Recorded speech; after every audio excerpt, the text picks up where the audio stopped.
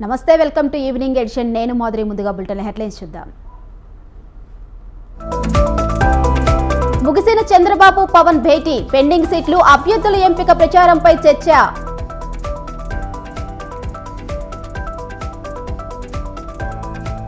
MLA Pendem దొరబాబుకు CMO నుంచి పిలుపు, కాసేపట్లో సీఎం జగన్ తో భేటీ.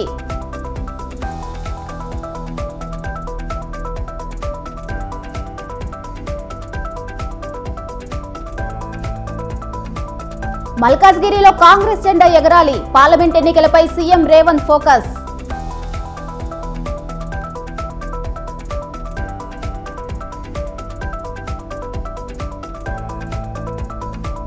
ముతోల్లో బీఆర్ఎస్ కు షాక్, కాంగ్రెస్ లో చేరిన Vithal Reddy.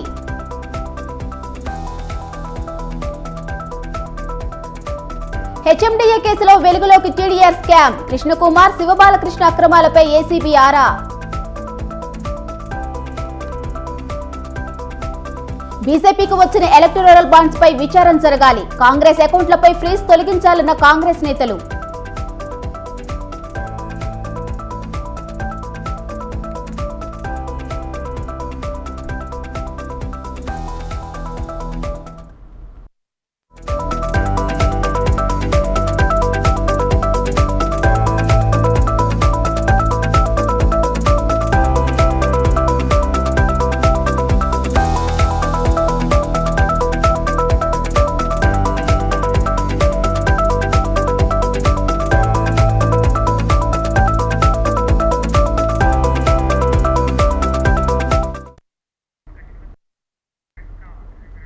Right, election breaking చూస్తున్నాం. టీడీపీ అధినేత చంద్రబాబుతో జనసేన అధినేత పవన్ కళ్యాణ్ భేటీ అయ్యారు.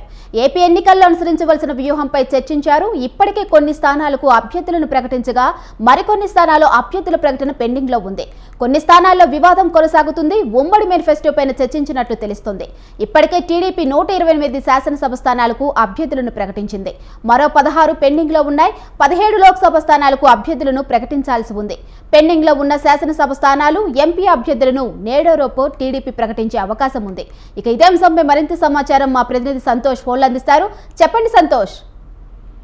Thank you Madhuri. ఏదైతే ఏపీలో ఎన్నికల పోలింగ్ దగ్గర పడుతున్న నేపథ్యంలో ఇటు పార్టీ వ్యూహాలు అయితే కనుక రచిస్తున్న పరిస్థితులు కనబడతా ఉన్నాయి. ఇక టీడీపీ అధినేత చంద్రబాబు నాయుడు, జనసేన అధినేత పవన్ కళ్యాణ్ ఈ రోజు భేటీ అవ్వడం కూడా జరిగింది. ఏదైతే టీడీపీ అధినేత చంద్రబాబు నాయుడు ఇప్పటికే ఏదైతే అభ్యర్థులు 128 అభ్యర్థుల్ని ప్రకటించిన అనంతరం కూడా మరొక 16 మంది అసెంబ్లీ అభ్యర్థులతో పాటు 17 లోక్సభ స్థానాలపై అయితే కనుక కసరత్తు చేస్తున్న పరిస్థితులు కనబడతా ఉన్నాయి. ఇక బీజేపీతో ఏదైతే పొత్తు నేపథ్యంలో వారికి కేటాయించినటువంటి అసెంబ్లీ స్థానాలు కావచ్చు, లోక్సభ స్థానాలు కావచ్చు, ఈ నేపథ్యంలో ఒక కొలిక్కొచ్చిన అనంతరం కూడా ఇటు జనసేనకు సంబంధించినటువంటి స్థానాలను సైతం కూడా ప్రకటించే అవకాశాలు కూడా కనబడతా ఉన్నాయి. ఇక ఈ నెల 20 నుంచి కూడా దాదాపు రాష్ట్ర వ్యాప్తంగా కూడా ప్రచారానికి సిద్ధమవుతున్నటువంటి టీడీపీ అధినేత చంద్రబాబు నాయుడు ప్రజాగలం పేరుతోటి ఇటు ఏదైతే పొత్తులో ఉన్నటువంటి పార్టీలు సైతం కూడా కలిసి వెళ్లే విధంగా కూడా దిశానిర్దేశం చేస్తున్నట్టు కూడా తెలుస్తా ఉంది.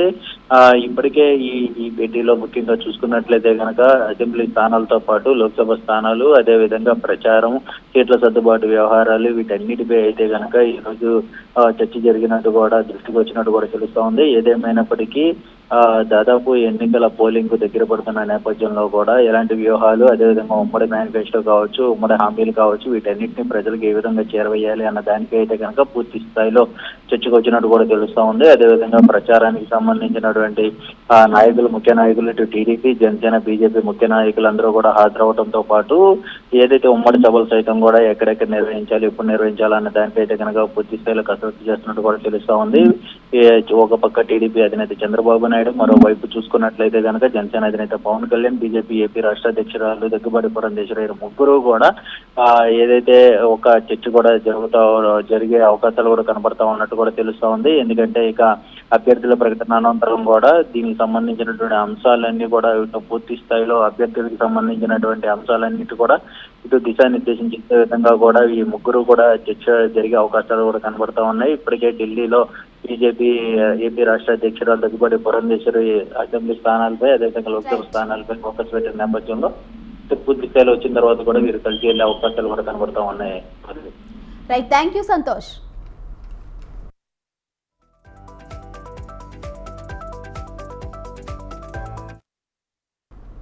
పిఠాపురం ఎమ్మెల్యే పెండెం దొరబాబుకి సీఎం కార్యాలయం నుంచి పిలుపు వచ్చింది.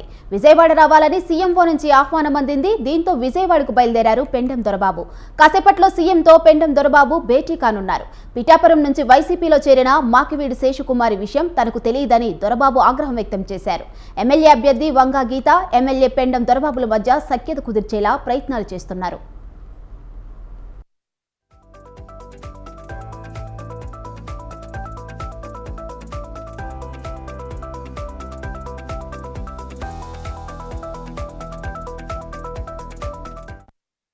పిఠాపురం ఎమ్మెల్యే పెండెం దొరబాబుకు సీఎం కార్యాలయం నుంచి పిలుపు వచ్చింది. విజయవాడ రావాలని సీఎంఓ నుంచి ఆహ్వానం అందింది. దీంతో విజయవాడకు బయలుదేరారు పెండెం దొరబాబు. కాసేపట్లో సీఎంతో పెండెం దొరబాబు భేటీ కానున్నారు. పిఠాపురం నుంచి వైసీపీలో చేరిన మాకువీడి శేషకుమారి విషయం తనకు తెలియదని దొరబాబు ఆగ్రహం వ్యక్తం చేశారు. ఎమ్మెల్యే అభ్యర్థి వంగా గీత, ఎమ్మెల్యే పెండెం దొరబాబుల మధ్య సఖ్యత కుదిర్చేలా ప్రయత్నాలు చేస్తున్నారు. ఇక ఇదే అంశంపై మరింత సమాచారం మా ప్రతినిధి నవీన్ రాజ్ ఫోన్లో అందిస్తారు. చెప్పండి నవీన్ రాజ్, పిఠాపురం ఎమ్మెల్యే పెండెం దొరబాబుకు సీఎం కార్యాలయం నుండి ఆహ్వానం అందినట్లు తెలుస్తుంది. దీనిపై పూర్తి అప్డేట్స్ ఏంటి?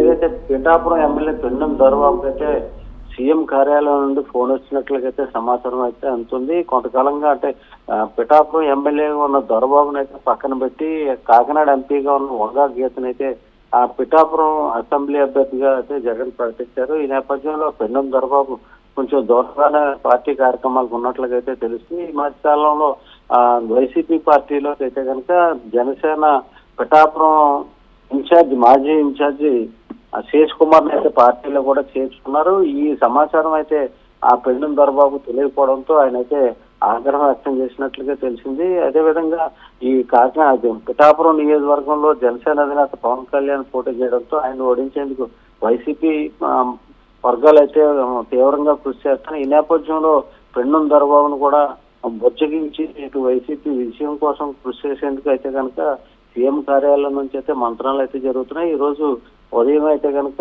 ఎమ్మెల్యే పెండెం దొరబాబుకి అయితే సీఎం కార్యాలయం నుంచి ఫోన్ వచ్చి వెంటనే విజయవాడ బయలుదేరి రావాలని చెప్పడంతో ఆయన అయితే విజయవాడ అయితే బయలుదేరారు. అదే విధంగా మరీ కొద్దిసేపట్లో సీఎం జగన్మోహన్ రెడ్డి సమక్షంలో అయితే మా భేటీ జరిగే అవకాశాలు ఉంది. ఈ చర్చల్లో అయితే కనుక దొరబాబుని బొచ్చగించి వంగ గీత విజయానికి కృషి చేయాలని చెప్పేసి వీరిద్దరి మధ్య సఖ్యత చేకూర్చేందుకైతే కనుక ఆ పార్టీ సీఎం కార్యాలయం నుంచి అయితే కనుక ఈ సమాచారం అందినట్లుగా తెలిసింది. ఏదేమైనప్పటికీ వైసీపీ అభ్యర్థి విజయం కోసం ఇటు వైసీపీ నాయకులు అధిష్టానం కూడా తీవ్ర స్థాయిలో కృషి చేస్తున్న నేపథ్యంలో ఈ భేటీ ఒక రాజకీయంగా ప్రాధాన్యత సంతరించుకుందని చెప్పొచ్చు Madhuri. Right, thank you Naveen Raj.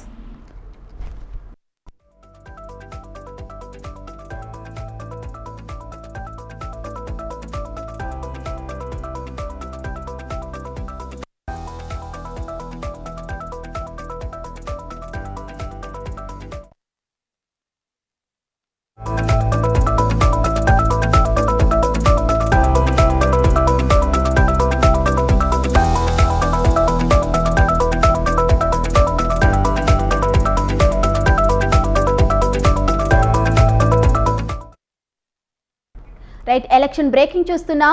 తమ అధినేత చంద్రబాబు ఆదేశాల మేరకు పనిచేయటమే తనకు తెలుసని మాజీ ఎమ్మెల్యే బోడే ప్రసాద్ అన్నారు. పనిచేయటం చేతకాని వాళ్లు తనపై తప్పుడు ప్రచారం చేస్తున్నారని విమర్శించారు. కొడాలి నాని, వల్లభనేని వంశీలతో తనకు ఎలాంటి సంబంధాలు లేవని, ఈ విషయాన్ని తన పిల్లల మీద ప్రమాణం చేసి చెబుతున్నానని అన్నారు. టీడీపీ కార్యాలయంపై పట్టాభిపై దాడులు ప్రయత్నాలు చేస్తున్న విషయాన్ని తాను ముందే చెప్పానని, కొడాలి నాని, వల్లభనేని వంశీలతో తనకు సత్సంబంధాలు ఉంటే తాను ఎందుకు చెబుతానని ప్రశ్నించారు.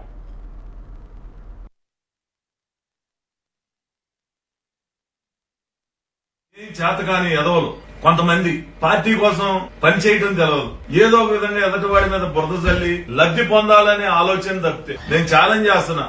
మీకు దమ్ము ధైర్యం ఉంటే ప్రజల్లోకి వచ్చి పనిచేసే దాని మీద పోటీ పడదాం గాని ఈ విధంగా ఎదుటి వ్యక్తి మీద నిజాయితీ ఉంది కాబట్టి నేను కోపంతో మాట్లాడుతున్నా.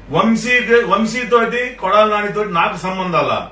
మీరు ఎవరైతే మాట్లాడుతా ఉన్నారో మీకు సంబంధాలు ఉంటాయి కానీ నాకైతే సంబంధాలు లేవు. ఇదే మీడియా సాక్షిగా కొమారెడ్డి పటాభి గారి మీద దాడి జరిగితే అంతకుముందు 6 రోజుల ముందే మీకు కుట్రలు జరుగుతా ఉన్నాయి. వంశీ గారు నాని నీ మీద కుట్రలు చేస్తా ఉన్నారు, నీ మీద దాడి జరగబోతా ఉంది అని చెప్పేసి పార్టీ కార్యాలయానికి అలాగే పట్టాభి గారికి కూడా చెప్పడం జరిగింది. పట్టాభికి పార్టీ కార్యాలయానికి చెప్తానా, అక్కడ ఉన్న కొంతమంది నాతో పనిచేసే వ్యక్తులు కొంతమంది అక్కడ ఆ జరిగిన సమావేశంలో ఉండబట్టి నాకు సమాచారాన్ని ఇవ్వబట్టి నేను చెప్పగలిగా. ఈ రోజు ఏం చేతకాని ఎదవలు కొంతమంది పార్టీ కోసం పనిచేయటం తెలవదు, ఏదో ఒక విధంగా ఎదటివాడి మీద బురద చల్లి లబ్ధి పొందాలనే ఆలోచన తప్పితే నేను ఛాలెంజ్ చేస్తున్నా. మీకు దమ్ము ధైర్యం ఉంటే ప్రజల్లోకి వచ్చి పనిచేసే దాని మీద పోటీ పడదాం గాని ఈ విధంగా ఎదుటి వ్యక్తి మీద నిజాయితీ ఉంది కాబట్టి నేను కోపంతో మాట్లాడుతున్నా. వంశీ తోటి కొడాల నానితోటి నాకు సంబంధాలా? మీరు ఎవరైతే మాట్లాడుతా ఉన్నారో మీకు సంబంధాలు ఉంటాయి గాని నాకైతే సంబంధాలు లేవు. ఇదే మీడియా సాక్షిగా కొమ్మారెడ్డి పట్టాభి గారి మీద దాడి జరిగితే అంతకుముందు 6 రోజుల ముందే మీకు కుట్రలు జరుగుతా ఉన్నాయి. వంశీ గారు నాని నీ మీద కుట్రలు చేస్తా ఉన్నారు, నీ మీద దాడి జరగబోతా ఉంది అని చెప్పేసి పార్టీ కార్యాలయానికి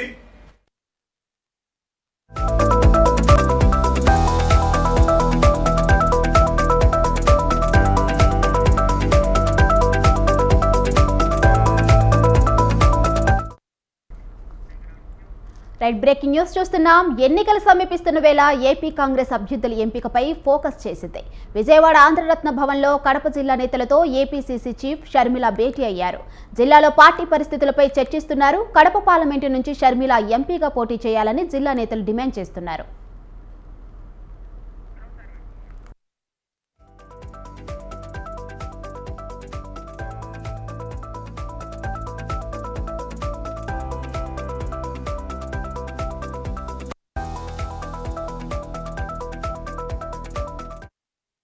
రైట్, బిగ్ బ్రేకింగ్ చూస్తున్నాం. ఎన్నికలు సమీపిస్తున్న వేళ ఏపీ కాంగ్రెస్ అభ్యర్థుల ఎంపికపై ఫోకస్ చేసింది.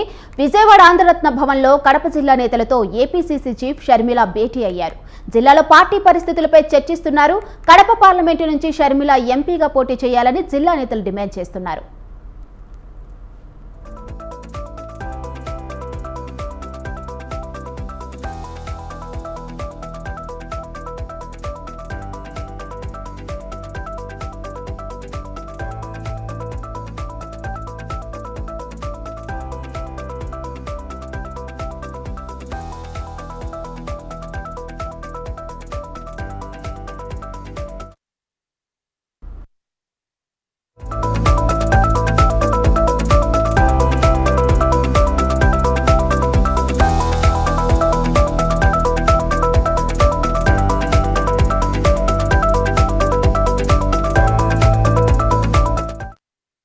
రైట్, మరో ఎలక్షన్ బ్రేకింగ్ చూస్తున్నాం. మల్కాజ్గిరి ఎన్నిక అభ్యర్థిది కాదు, ముఖ్యమంత్రిదని అన్నారు సీఎం రేవంత్ రెడ్డి. మల్కాజ్గిరి పార్లమెంటుపై ఫోకస్ పెట్టిన ఆయన ఎట్టి పరిస్థితుల్లో మల్కాజ్గిరిలో కాంగ్రెస్ జెండా ఎగరాలన్నారు. ఎన్నికలు చాలా ప్రతిష్టాత్మకమని, క్యాంపియన్ మోడల్ రాష్ట్రమంతా అనుసరించాలని తెలిపారు. హోలీ పండుగలాగా అధిష్టానం అభ్యర్థులను ప్రకటిస్తుందని చెప్పారు.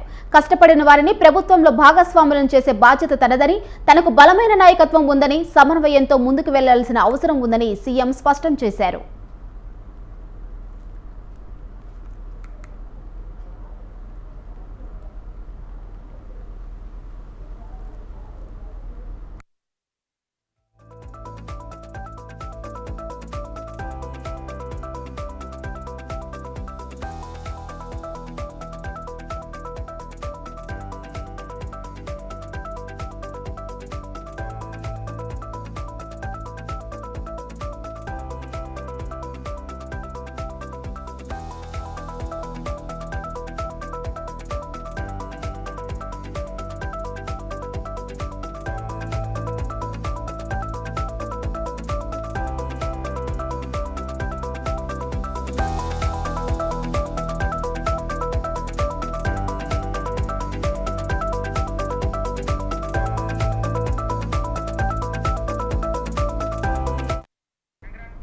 మల్కాజ్గిరి ఎన్నిక అభ్యర్థిది కాదు, ముఖ్యమంత్రిదని అన్నారు సీఎం రేవంత్ రెడ్డి. మల్కాజ్గిరి పార్లమెంటుపై ఫోకస్ పెట్టిన ఆయన ఎట్టి పరిస్థితుల్లో మల్కాజ్గిరిలో కాంగ్రెస్ జెండా ఎగరాలన్నారు. ఎన్నికలు చాలా ప్రతిష్టాత్మకమని, క్యాంపియన్ మోడల్ రాష్ట్రమంతా అనుసరించాలని తెలిపారు. హోలీ పండుగలాగా అధిష్టానం అభ్యర్థులను ప్రకటిస్తుందని చెప్పారు.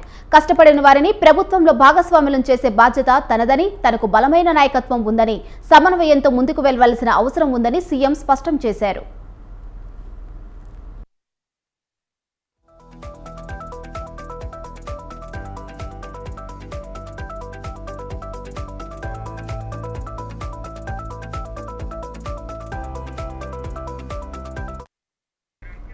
రైట్, బ్రేకింగ్ చూస్తున్నా. మల్కాజిగిరి ఎన్నిక అభ్యర్థిది కాదు, ముఖ్యమంత్రిదని అన్నారు CM Revanth Reddy.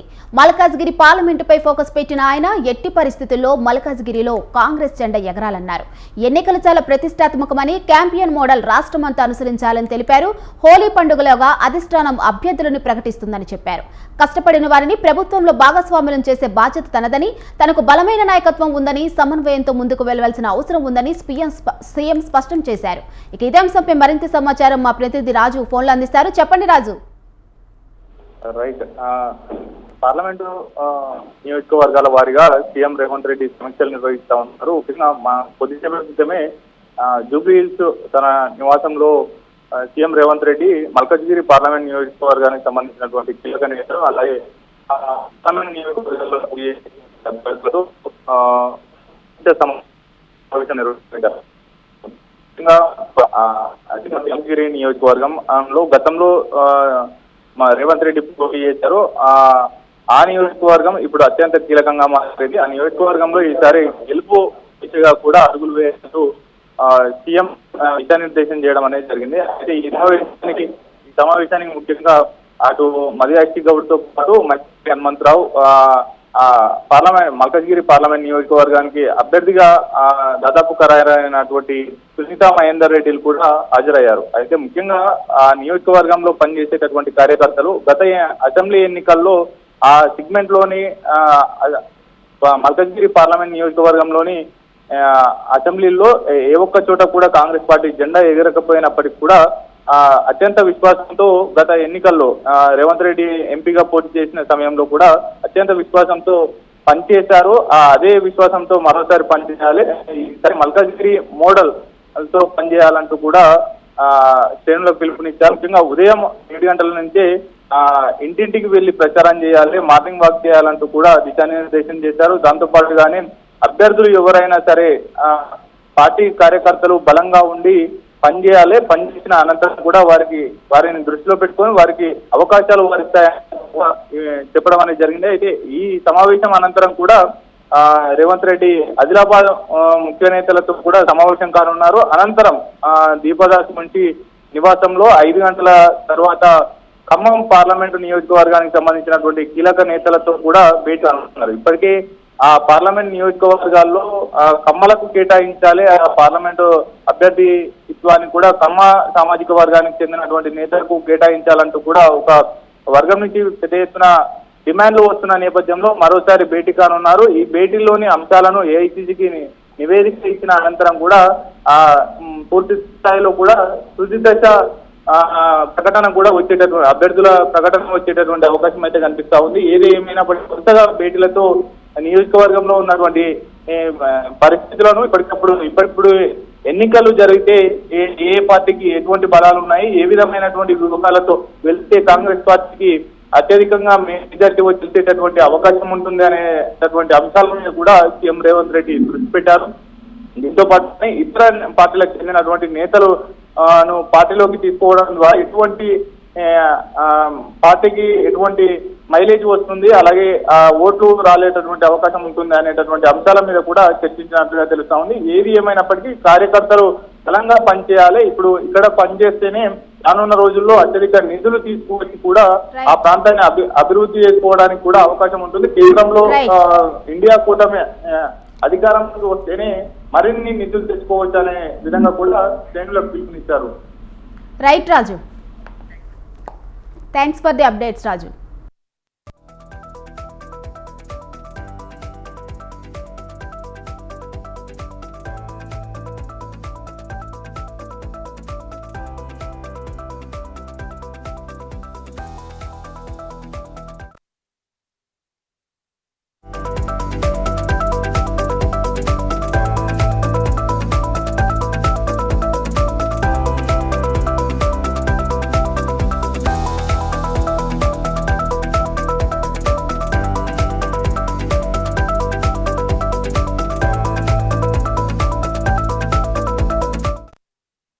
Right big breaking చూస్తున్నాం. పార్లమెంట్ ఎన్నికల వేళ బీఆర్ఎస్ కు వరుస షాకుల మీద షాకులు తగులుతున్నాయి.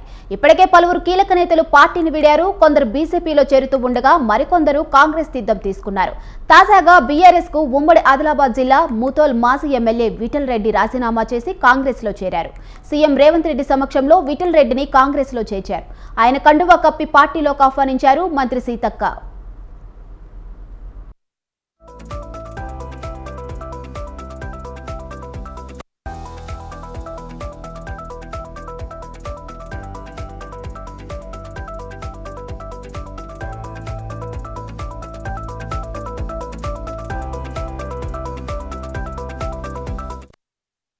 పార్లమెంట్ ఎన్నికల వేళ బీఆర్ఎస్ కు వరుస షాకుల మీద షాకులు తగులుతున్నాయి.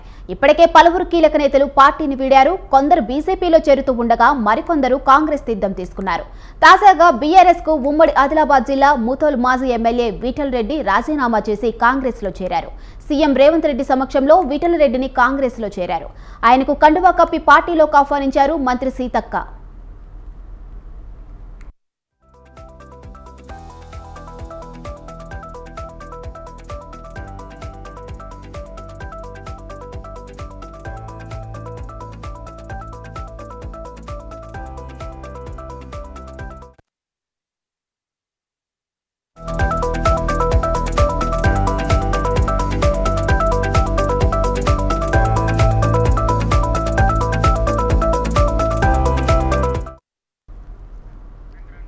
రైట్ బిగ్ బ్రేకింగ్ చూస్తున్నాం. ఢిల్లీ హైకోర్టులో సీఎం కేజ్రీవాల్ కు షాక్ తగిలింది. అరెస్టు నుంచి మినహాయింపు ఇవ్వలేమని హైకోర్టు తేల్చి చెప్పేసింది.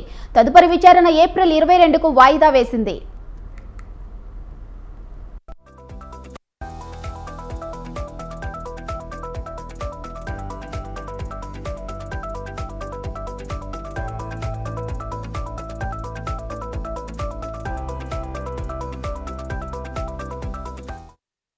బ్రేకింగ్ చూస్తున్నాం. ఢిల్లీ హైకోర్టులో సీఎం కేజ్రీవాల్ కు షాక్ తగిలింది. అరెస్టు నుంచి మినహాయింపు ఇవ్వలేమని హైకోర్టు తేల్చి చెప్పేసింది. తదుపరి విచారణ ఏప్రిల్ 22కు వాయిదా వేసింది.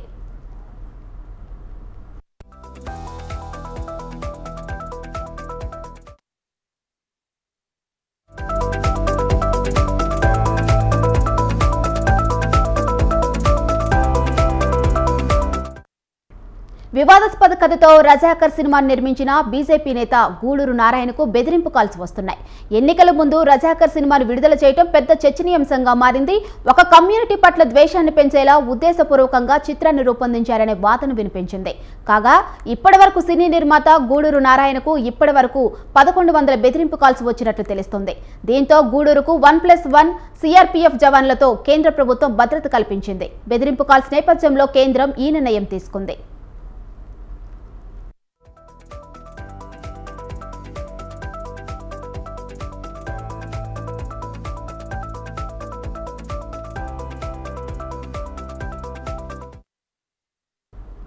ఇవి ఈవినింగ్ ఎడిషన్ అప్డేట్స్. చూస్తూనే ఉండండి స్వతంత్ర.